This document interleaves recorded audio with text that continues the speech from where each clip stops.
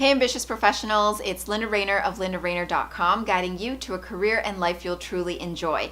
And today's video is a very special one because we're going to be talking about how to speak and connect to others in a confident way, especially when you're shy, with my very special guest, Myke Macapinlac. Myke Macapinlac was a shy immigrant who used to work a boring engineering job and became a talk show host, a social dynamics specialist, and a lifestyle entrepreneur. He now teaches shy guys to develop social confidence so they can succeed in their personal, romantic, and professional lives. His work has been featured on breakfast television, on Shaw TV, and in the Huffington Post.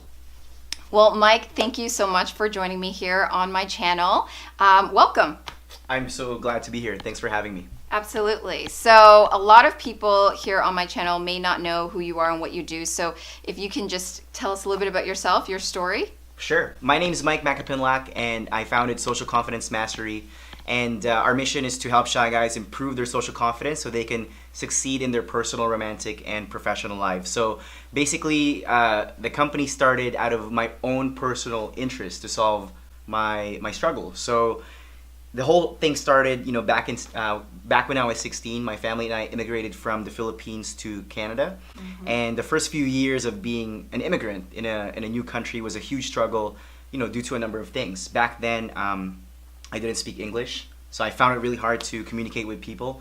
Number two, I used to be massively overweight. In fact, I was 60 pounds heavier. I was 200 pounds, and I had a 36-inch waist. And number three, I suffered from really bad social anxiety. In fact, back in high school, I used to eat my lunch in a bathroom stall because I was just so shy, to mingle with the other kids.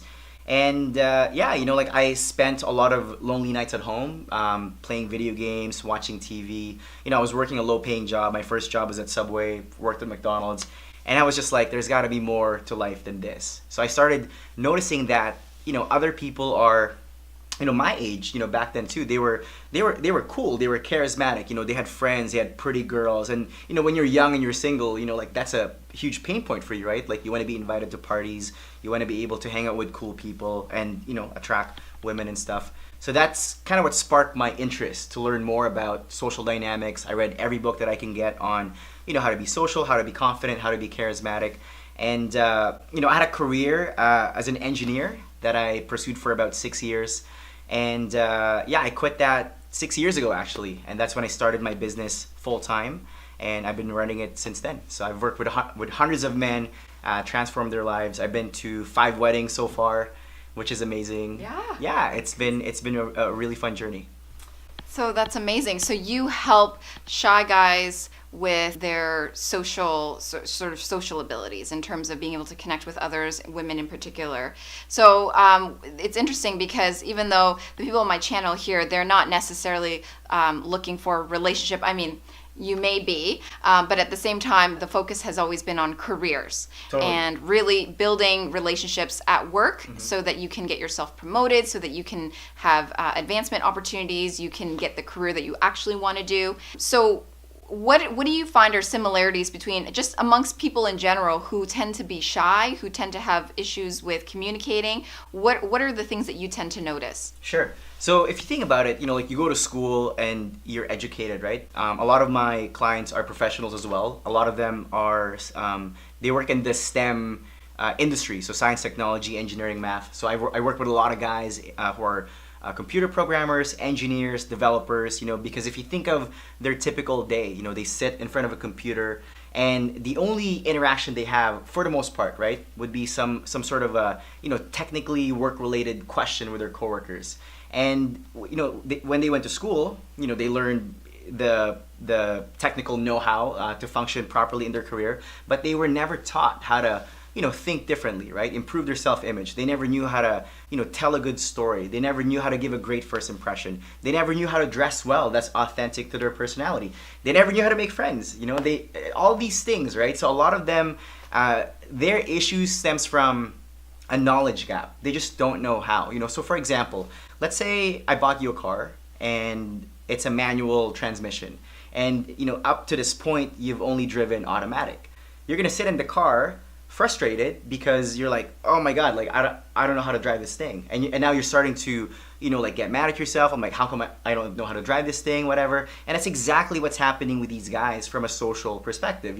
And again, what I teach guys is beyond dating. Dating's the last thing we talk about, right? The first, we cover everything from having a positive self-image, nonverbal communication, dressing in a way that conveys your true personality, managing your anxiety, telling good stories, expressing yourself in a way that's authentic and true to yourself, but at the same time interesting to other people too. And I help them design their social life so that they're actually becoming better people. They're doing things that they enjoy while they're meeting like-minded people along the way. So the biggest thing you said is they just don't know how. It's a knowledge gap for sure. It's a knowledge gap. So if it's a knowledge gap, then that's something that we know we just have to learn, and we have to start to implement it for ourselves. So what is one of the biggest things that they currently don't know that they need to know? What are people, what do people need to know? Yeah, so the first thing that I tell my students when I work with them in my coaching program is we have to set a very clear goal about the kinds of people you want to meet, right? That's where it starts, because having a clear goal acts as your compass. So like it'll determine where you go, right? On a Friday, Saturday, right? If you're going out, it'll determine the types of stories you share with people. It'll determine how you dress, the amount of information you share about yourself, that kind of stuff, right? We start with a defined goal about the kinds of people they want to meet. And then the second thing is now we start talking about, well, what's good about yourself? Because a lot of guys that I work with, they feel like they're not good enough, but they just haven't taken the time to assess their positive traits. It's easy to feel like you're not good enough if you don't know what's good about you. So making a list of your positive traits, things you like about yourself, things that are going well in your life, right? Which I'm sure everyone listening right now, you've got a lot of good things going on for you. And then the third thing that we'll work on would be your first impression. Because here's the thing, people have made up their minds whether they like you or not in a matter of seconds, right? So if you unknowingly give off the wrong first impression, you're going against the grain. Like now the interaction is seeing you on a more negative light instead of a more favorable light. So why not mitigate that from the very beginning? So body language is huge, vocal tonality is huge, the way you dress is a big thing, how you conduct yourself, right? And then after that, we work on managing your anxiety. What do you do when you're nervous, you're having panic attacks, when you're out interacting with people? Because it does happen, right? Again, if you're someone who just doesn't have a lot of experience meeting people, then it's very uncomfortable to be in that space, right? Does that make sense so far? Yeah, no. It's okay. So there's a lot going on. So I want to actually just start with that first piece, sure, where you said it's defining the exact person that you want to connect to. Mm-hmm. Now, in a lot of the situations for people who are watching, they don't really have a choice. When you go to work, you have certain coworkers that you have to work with because they're on your team. You have a boss, you have their boss that you have to deal with. And so you can't really pick and choose the type of personality that you want to connect to. So how do you deal with it then when you're trying to figure out, okay, how do I make a connection with people at work and I don't have a choice? I have to make friends or hopefully be friendly with these particular types of people. For sure. So a big mistake that I see a lot of people commit when it comes to interacting with people is that they expect them to behave and think like them. So empathy is a big part, right? Okay. Like everyone, there's many different types of personalities, and it's about having the ability to be able to take a step back and put yourself in the other person's situation. Like nothing happens by accident, right? Like people are being triggered by certain things. They have different motivations, so it's about putting yourself in their shoes and seeing that situation from their perspective. And I feel like if more people do that, then their interactions will just go so much better. Oh, that I can really I can attest to that actually, because even part of what I do when I'm helping my clients with interviewing, it's not about what you say, it's about understanding what the other person wants to hear. Exactly. What the other person is really looking for. And so I know this is different in terms of social versus professional in the sense where you're interviewing for a job, but that makes a lot of sense. So putting yourself in the other person's shoes and really seeing you from their perspective. But then this is where a lot of people get into trouble, is because they start thinking the other person might think I'm not good. The other person might think I'm weird right now. So how do you deal with that when you think that the other person is putting you down? Mm-hmm.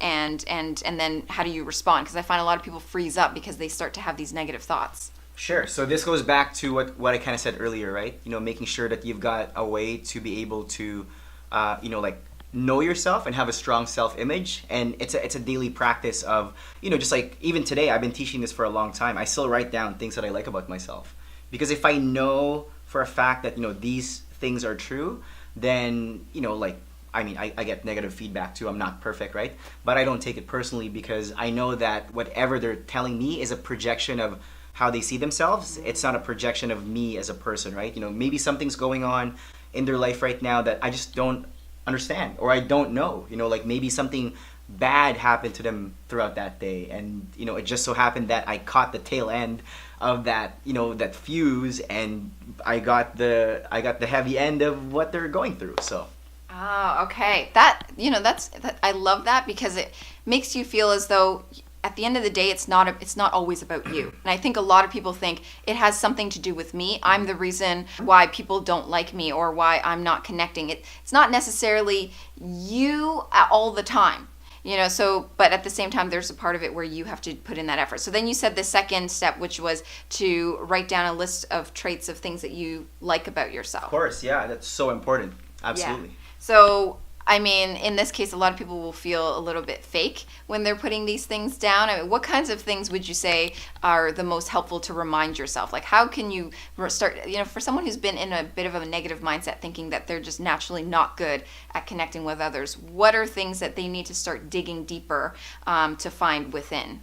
So a big thing, and that's a really good question, right? And I always go back to principles, like when you're working out at the gym, and let's say you're squatting 135 pounds, you don't just put another plate, right? That's 225 pounds. That causes for some serious injury. So if you are in a negative headspace and, like you don't particularly like the way you see yourself at this moment, going from not confident to super confident is a big jump too. So what I would encourage people to do who are in that situation would be to just approach it very incrementally, right? So maybe right now you don't believe that you're confident, or you're good enough or whatever, right? So looking at yourself in the mirror every day and saying I'm confident, like you're in the back of your head, you're gonna be like, no, not really, right? Right. But if you start small, maybe you start off with saying something like, you know what, I really like my hair today. You know what, I think my tan looks good. You know what, I like my outfit today. You know what, I like where I live. I really enjoy my job. Just like starting small with those things, because what you're trying to do is build momentum, right?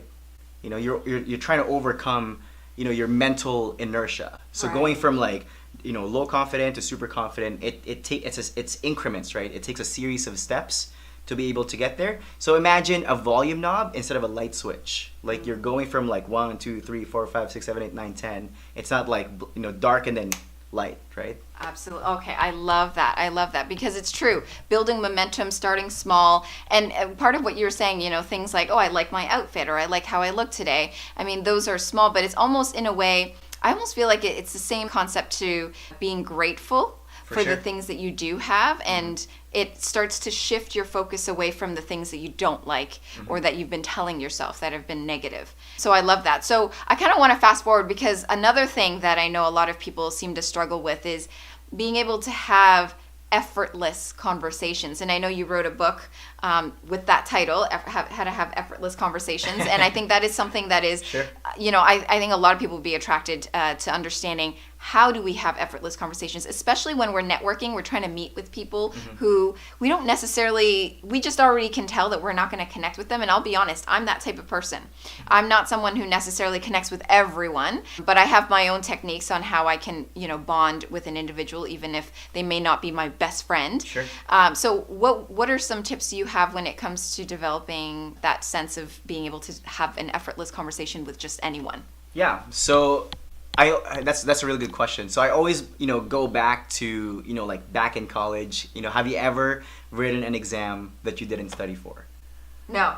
Okay, fair enough. I'm not, I always This study. is a bad example then. For those of you that have written an exam that you didn't study for. I mean, I have. Yeah. And I was terrified, right? Because Right. I'm going into the exam room, and I'm like, oh my god, I don't know what's gonna happen. And you're answering questions, and for me, I was just like creating a pattern, right? Oh. Because I didn't study for it. Right. And lo and behold, you know, when I got the result, it's a giant F, right? Right. Now, if you're Linda, who is very diligent with her academics, you know, how do you feel when you write an exam that you did study for? You feel good. You feel confident. You feel this sense of cushioned almost. Like you're going in and you're like, you know what, I know my stuff. Yeah. Okay, perfect, right? So, with that said, why would you go to a networking event? Why would you go to an interaction and not know how to tell your stories? And not know how to answer the most common questions that people ask? Why would you do that? Right? It's the same thing. Does that make sense? Yes. Especially if you're not naturally social, if you're, you know, I'm an extrovert, right? And even for me, like, I've taken the time to really write out, you know, like, my stories, you know, like, my upbringing, you know, what I do for work, you know, what I do for fun, my travels, you know, all that kinds of stuff, right? So my recommendation for that obviously would be preparation. So the first thing that I would do is just think of the most commonly asked questions that you get asked at networking events, right? What do you do? Right. Right? What do you do for fun? Tell me more about you. You know, what got you into that? That kind of stuff. And make sure, you know, like you're preparing your stories in a way that's engaging and interesting. How do you do that, right? So mistake to avoid, don't just deliver facts. So a lot of guys would just, or people in general who are very logical, they would just go through the facts, right? And then. So what makes your story more well-rounded is including, you know, some sensory words, right? What did you see? What did you hear? How did it feel? How does it taste if it's relevant, right? And what's the last one? How did it smell? If it's relevant too. So including those sensory words would really make your stories more dynamic. And you know, following a structure of what makes a good story. You know, I share this in my book, and I'm happy to share this right now. So a story has 3 parts. It's the setup, the content, and then the resolution, right? So you're setting up. So, you know, backtracking earlier when you asked me about my story, I created the setup, right? You know, I'm an immigrant, moved to Canada, you know, so and so and what so forth. So I'm building up, right? And then the content, and then the resolution. Now it makes sense why I do what I do, you know, because I created that, I follow that arc, right? And every great story follows that arc, and I included a lot of sensory words too. I was 200 pounds, I had a 36-inch waist, ate my lunch in a bathroom stall. Like, you can almost picture, right, what was happening. And how did you feel when I was sharing that story? Emotionally connected. Right? A small part of you, like, I saw your face, a small part of you felt, you know, felt it. Yes. You know what I mean? Mm-hmm. So Right. yeah. So that's another tip that I want to share. So preparation, answer the most, you know, take some time and put together your responses for some of the most commonly asked questions. Use sensory words and follow the storytelling format. Oh, I love that. And you know what's so funny is there's so many similarities between what you teach and the concepts that I teach as well. I don't call it the same things, but it really is. The whole thing about telling stories, I find, is it's almost like, you know, when you're watching a really good movie, they set up the situation. Mm-hmm. That is the majority of the movie, is learning about the characters, build the character development, understanding what's going on, what their struggles are. You watch them suffer. You know, the good guy is not living the best life because he's going through some hardships, and so you watch it and you feel for that character. And then what ends up happening is the middle part of the, you know, towards the middle part of the movie is the action. You know, good guy versus bad guy, and then finally the minimal part is really the result. Mm-hmm. So what is the ending? It's usually a happily ever after ending. And so I love that you're following that same kind of idea where you're really building so that people get connected right away. For sure. When you can talk about your situation. So that's amazing. That's really good.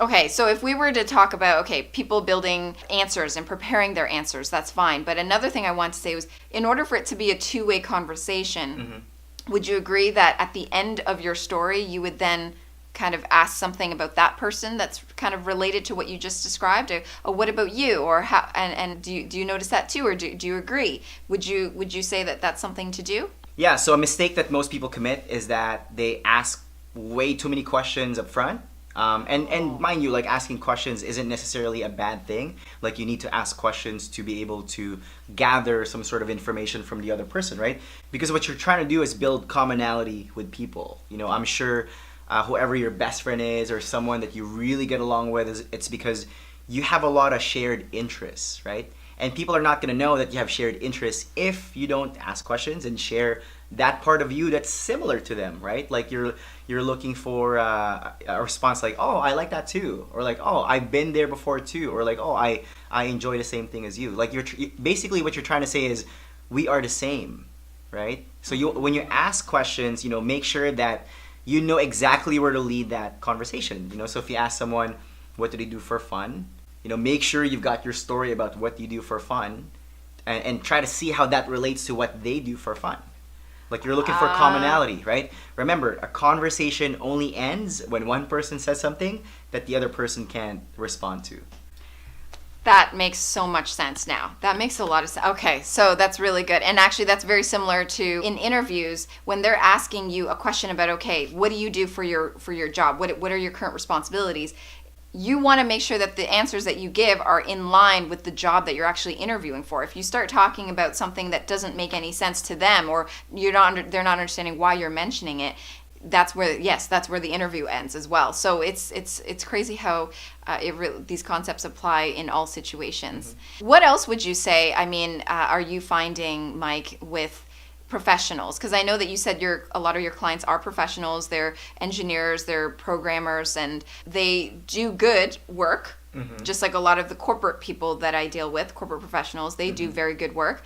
They're very technical. But again, when it comes to developing those relationships with coworkers, they struggle because actually, I had a client just the other day tell me I went to lunch and I sat down at the lunch table and everybody else was talking about something that I didn't know anything about. Mm-hmm. And it was because they were from a different country. They grew up in a different country. They've only been here for several years. And so the people that they were talking to were just from a different culture, essentially. And so they struggled to be able to even find that commonality, to find the relevant things to say. So what would you say then to those individuals who are finding that they can't even connect from on a simple topic that people are talking about? Sure. And that's a really good question. And I actually wrote an article on my website on this. It's called How to Develop Social Confidence as an Immigrant. And because I work with a lot of immigrants, actually. Oh, okay. So, a Vietnamese programmer, a Chinese engineer, very similar situation. So I've heard the story over and over again. So a mistake that a lot of immigrants commit in that sense, and again, this is just answering that question specifically, they spend way too much time with the same people as them. They find their their little group and they just stick with it, right? Because here's the thing, if you want to assimilate, if you want to have those connections, you have to, again, you have to be empathetic, right? Like you have to see the world the way they see the world too. And it doesn't mean like, losing yourself and becoming someone you're not. It's just expanding your horizon, like you are now in a different country, whether it's America or Canada or Europe or whatever, like you immigrated there, you moved there, right? It's your responsibility to assimilate. Like you have to understand what's the norm, like how do people talk here, what's considered interesting, what's considered cool, what do most of these people do for fun, right? And just give it a chance. You don't have to like everything, you don't have to enjoy everything that they do, but just try it once, and then from then on see which ones resonate with you, and put your own little twist into it, right? Like, keep your culture, keep your identity, but just expand your identity, understand what's happening around you. Okay, I love that. That makes a lot more sense now that you say that these are people who are sticking to what they know, and they only know what they know. For sure. And so part of it would probably be even, a simple thing that you can do is probably research.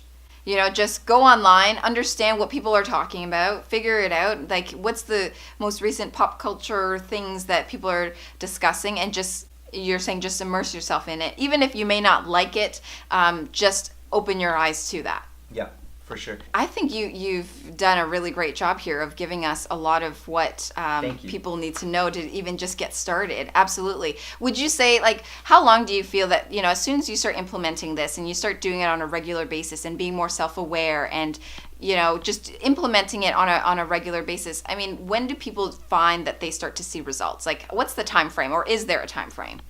Yeah, so my answer is it depends. So according to research, based on everything that I've done, it takes about 66 days to build a permanent habit. That's why the program that I teach is 12 weeks long, because I want to make sure that, by the time this person graduates from the course, they've got all of these permanent habits, right, that they can implement on a daily basis. So it really depends too on the level of experience that someone has. So like, if we compare this to going to the gym, it depends how much weight you have to lose. If you're the kind of person who used to play, football back in the day, and you kind of just like stop working out for a little bit, then yeah, that's a little bit different compared to someone who has never seen the inside of a gym, right? Like, it's gonna take a little bit longer. So results vary, but I do say that after, I would say 8 weeks, you'll see a noticeable change if you start implementing a lot of the things we talked about today.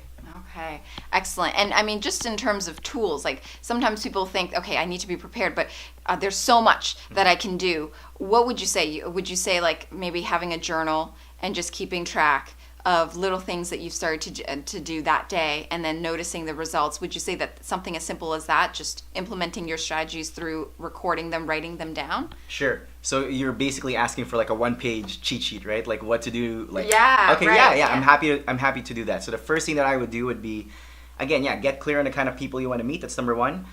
Make a list of things that are important to you. Make a list of things you like about yourself, and ideally you want to do this on a regular basis, right? Especially the making a list of things you like about yourself. That's really gonna help you improve your self-image.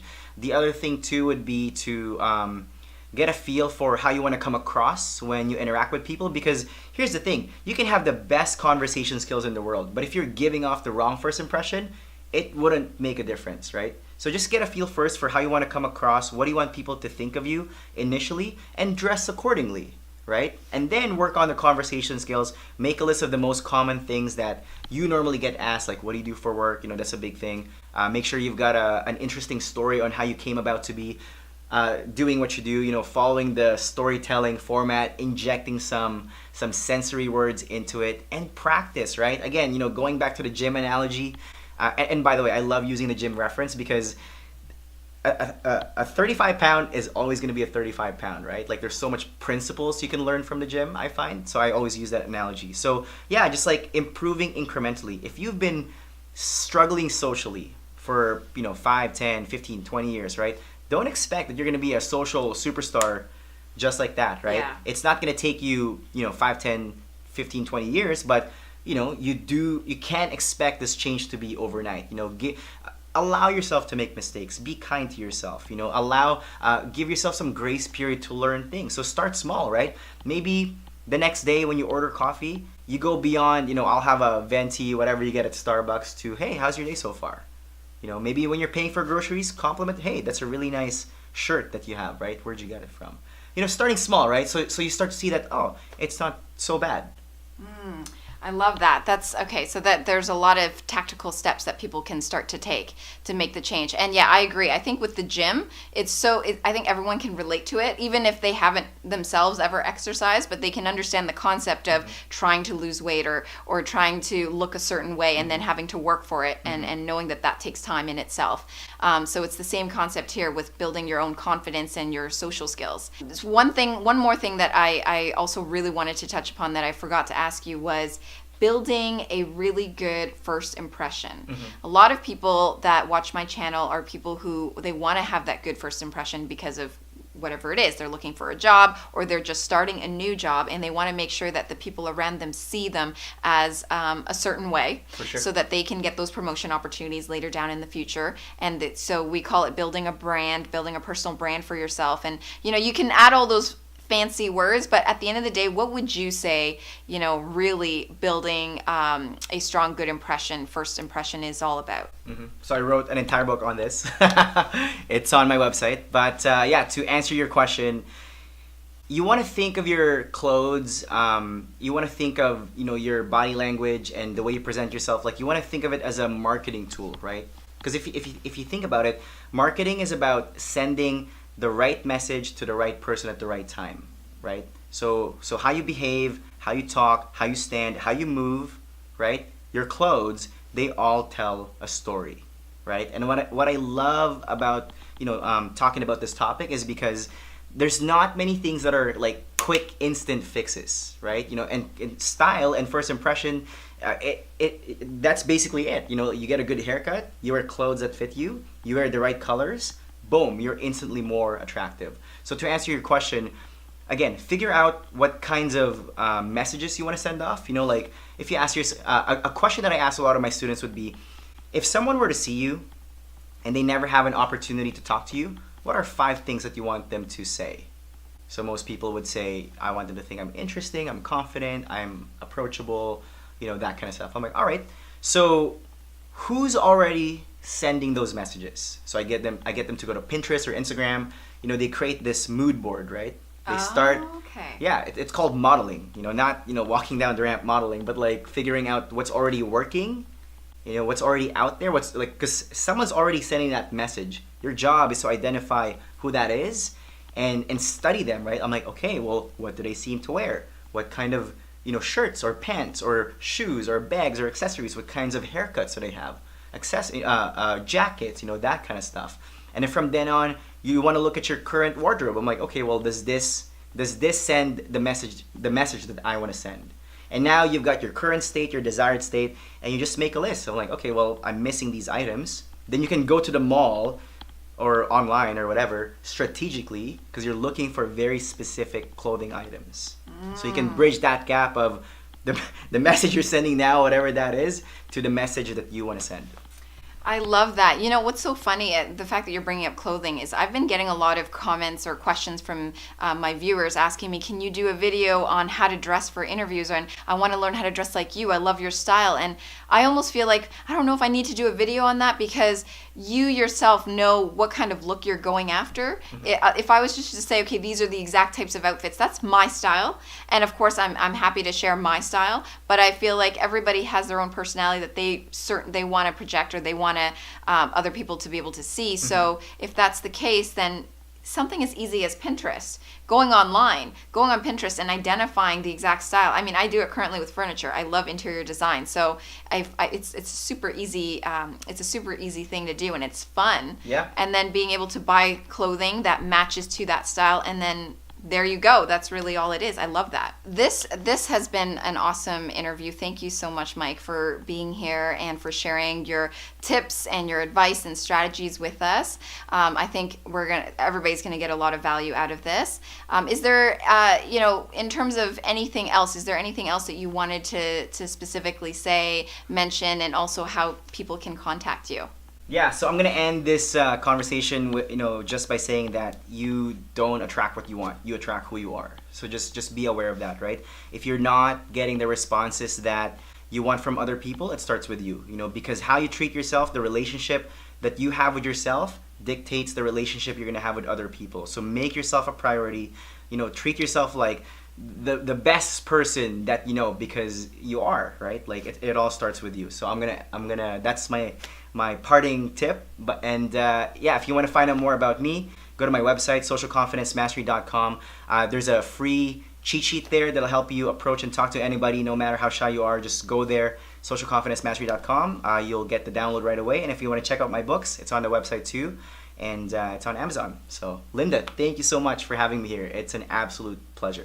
No, thank you. I loved this. I loved every minute of it. So thank you so much. And for you guys who want to connect with Myke, you can head on over to socialconfidencemastery.com. The link is in the description box below, and you can download his cheat sheet there. Now, if you're someone who's been struggling for the last little while to find a new job, you've been going on interviews but you haven't had success, and you realize that it's time to get one-on-one professional help, then feel free to reach out to me. Head on over to my website, lindarainer.com/standoutgethired, read through the page, and fill out the application form.